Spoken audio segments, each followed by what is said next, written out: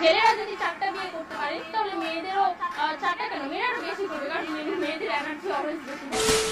এনার্জিওয়ালা আপা, আপনি 4টা কেন, আপনি চাইলে 1000টা বিয়ে করেন, সমস্যা নেই। কারণ আপনি যেটা করার কথা বলতেছেন ওইটাকে তো আসলে বিয়ে বলে না। কথা হচ্ছে যে আমাদের ফেসবুকে এই ভিডিওটা অনেক প্রচার হচ্ছে। এই মেয়েটাকে বা এই মহিলা কে আমি জানি না, তাকে চিনি না, এর আগে কখনো দেখি নাই। ফেসবুকে স্ক্রোল করতে করতে ভিডিওটা আসছে, তাই এই ভিডিওটা নিয়ে আমিও একটা ভিডিও বানানোর চেষ্টা করতেছি। কারণটা হচ্ছে যে অনেকেই এই বক্তব্যটাকে আসলে ফান হিসেবে নিচ্ছে। যে এই যে মহিলা যেখানে ভিডিও দিয়েছে, যে তিনি বলেছেন যে ছেলেরা 4টা বিয়ে করতে পারলে মেয়েরা 4টার চাইতে আরও বেশি বিয়ে করবে, কারণ মেয়েদের আবার ওনার অনেক বেশি এনার্জি, মেয়েদের 4টা বিয়ের বিষয়।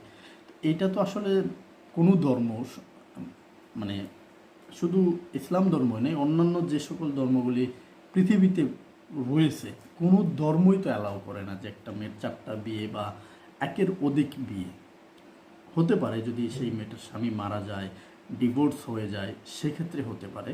But at the same time একসঙ্গে 4জন হাজব্যান্ড রাখতে পারবে একটা মেয়ে, এটা কোনো ধর্মই অ্যালাউ করে না। তো এই মেয়ের এই বক্তব্য সে আসলে কিসের ভিত্তিতে দিয়েছে, কোন লজিকের ভিত্তিতে দিয়েছে, এটা সেই বলতে পারবে। এর সঠিক আসলে ব্যাখ্যাগুলো আমার কাছে নাই। এই ধরনের ব্যক্তিদেরকে সামাজিকভাবে বয়কট করা উচিত, যারা এই ধরনের বক্তব্য দেয়। এ ধরনের রুচিহীন, কুরুচিপূর্ণ, মানে একেবারেই রুচিহীন বক্তব্য যারা দেয়।